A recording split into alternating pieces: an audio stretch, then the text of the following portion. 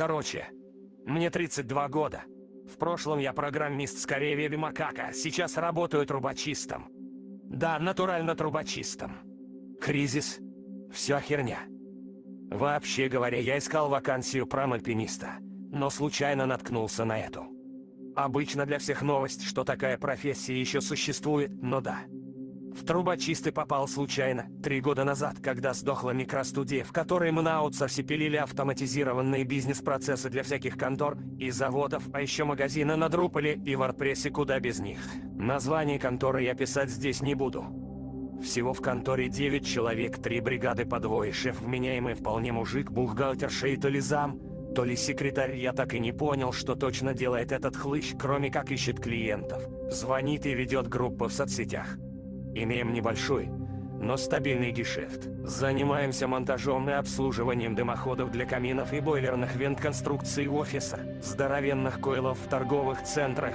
Ну и, конечно, чистим те самые дымоходы, и не надо шуточек про дымоходы, уже не весело. Но чаще чистим и обслуживаем вент-каналы в панельках. От чего чистим? Поверьте, оно ужасно засирается, особенно в старых домах. А в заведениях общепита вентиляция изнутри зрелище просто блевотное. Точнее, мы занимались этим, я туда точно не вернусь, и в свете событий конторе кирдык, скорее всего.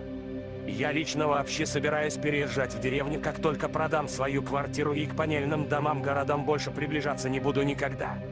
И вам советую, но кто послушает-то? На самом деле это целая наука, что касается трубочистов. На все есть нормативы. Проектная документация, планы проверок и тебя от вентиляции, схемы закладки, соблюдения ГОСТов, материалов напрямую зависят ваши шансы выжить, случись в помещении пожар, и случится ли он вообще.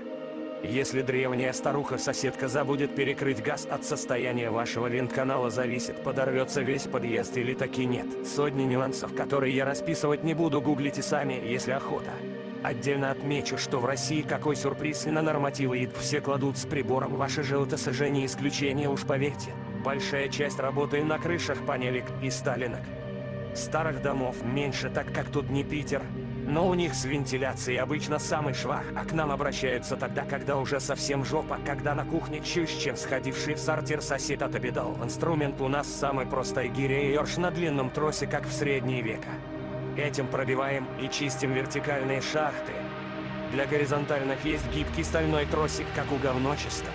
Страховочные поясы еще.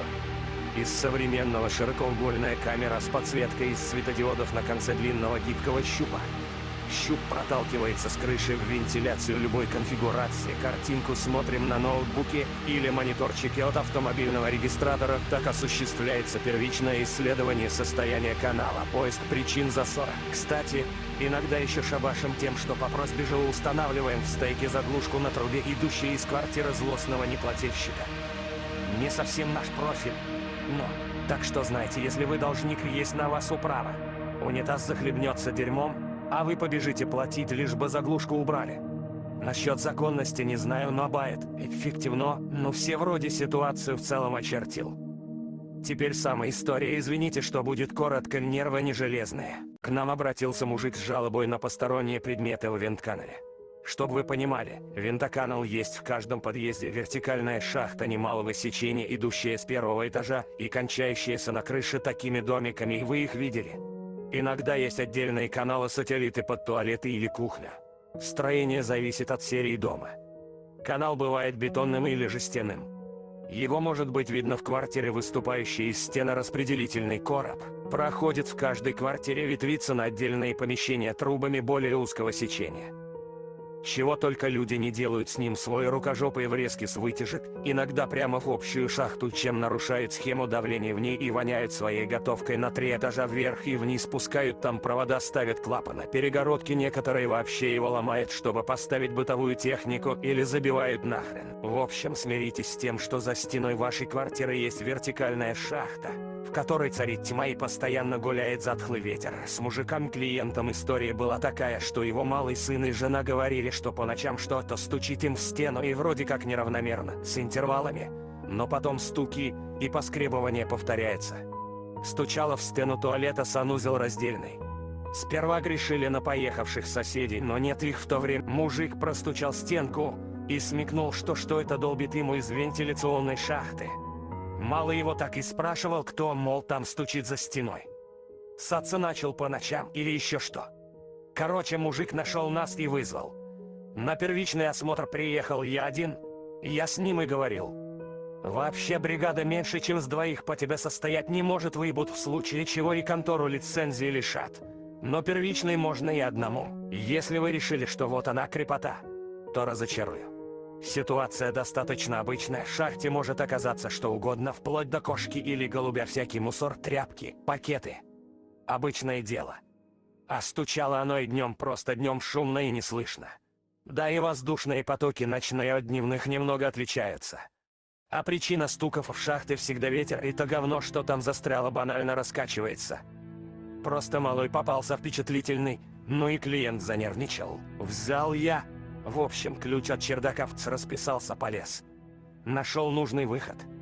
Разложил на гудроне крыши моток троса с гирей.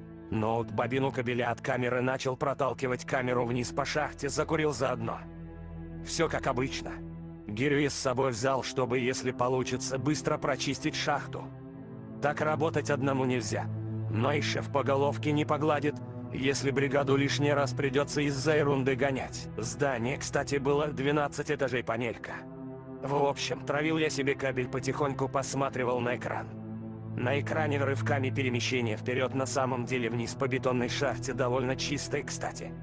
Картинка типичная, видно вперед на пару метров, дальше чернота. И вот тут случилось говно, ребята. Полное говно. На кабеле есть метровые пометки желтой краской, которые я считал. Клиент жил на 7-м этаже, поэтому, как я к месту приблизился, стал смотреть в монитор, не отрываясь. И заметил, что вместо поросли сухой пыли на одной из стенок канала что-то вроде черной и бурой слизи с комочками и наростами. Но только на одной. Немного похоже бывает от самодельных кухонных вытяжек, которые жир с салом с плиты всяко затягивают. Но тут оно было скорее как плесневые сталактиты среди слоя густой жижи, поблескивало в свете диодов как влажное. И чем больше я стравливал кабель, тем наросты становились длиннее и кустистее, что ли. Я хер к носу прикинул, провод повертел и понял, что грязная та стенка, которая прилегает к квартире клиента. И такое дерьмо на ней наросло, что впору СЭС вызывать, серьезно. Абсолютно нездоровое, что это болезненное, бурое и мягкое. Но это мне показалось, что бурые камеры у нас черно-белая картинка монохромная. Точно на уровне 7-го этажа я остановился, но там не было ничего, кроме этой самой плесени. Ничто не зацепилось, болтаясь за провод или арматуру, ничего такого. Подумал еще тогда, помню про то, какие споры эта растительность может распространять по всему дому. Стал спускаться и заметил, что со стеной шахты что-то не так. Вернулся назад, и вот стою я на крыше, в своей робе, держу кабель, смотрю в сторону на ноутбук и натурально охуеваю. На бетонной стене общей шахты на уровне квартиры клиента, покрытой плесенью, но все равно отчетливые выбоины, царапины, недоковыренные дырочки, какие-то, полное ощущение, что кто-то очень долго лез сквозь железобетон, и успешно лез. Я вижу арматуру, а сами углубления глубиной сантиметров 5-6, сама стенка не намного толще. Здесь я занервничал, да, но болезненным мистицизмом отродясь не страдал, да и не пацан уже. Может, при строительстве обкололи бетон, а плесень лезет из чьей-нибудь кладовки в подвале, где 3 мешка картошки на год забыли. В общем, стал опускать камеру дальше, решив дойти до низа. Длина кабеля позволяла, конечно. И так оно и оказалось. На 5-м этаже уже все стены шахты были в толстом слое плесени. Старался как мог не изгваздать провод. На уровне 3-го этажа из темноты на границе видимости на меня уставилось безглазое белое лицо. Это было похоже на неподвижную маску из фаянса, смотревшую прямо в объектив. На месте глазниц в черной дырке больше не видно ничего. От внезапности я на долю секунды отпустил кабель, и он скользнул на метр вниз под собственным весом. Картинка на мониторе прыгнула вперед прямо к белому лицу.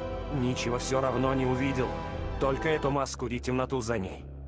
Но когда я тут же крепко схватил кабель, лицо стало приближаться само. Оно преследовало светящуюся камеру, и оно, как я понял в один момент, добралось бы до крыши. Клянусь, я уже слышал из отверстия шорох и хлюпанье, с которым оно перемещалось там внизу. Кажется, уже даже не матерясь, а поскуливая, как побитая собака, я на автомате наступил на шнур, нагнулся, подобрал гирю и бросил ее в шахту. Гиря мягко ударилась об эту тварь, и сшибла ее вниз, это я понял потому, как разматывался трос. Тварь не издала ни звука, но шорох и хлюпанье прекратились. Какое-то время у меня ушло на то, чтобы выбрать весь кабель целиком. На мониторе было пусто. Когда камера вылетела из трубы, потерял равновесие и ударился спиной о перила крыши, чуть не упал. Затем выбрал трос с гирей, вся гиря была в том черном, типа отработанного моторного масла, а пуще того шомпол. Обтерла крышу, а штаны спецовки, покидал все добро в сумку и сбежал. Поехал сразу домой. По пути гнал, разбил бампер о бордюр, ну и хрен с ним, машина моя, а не конторы.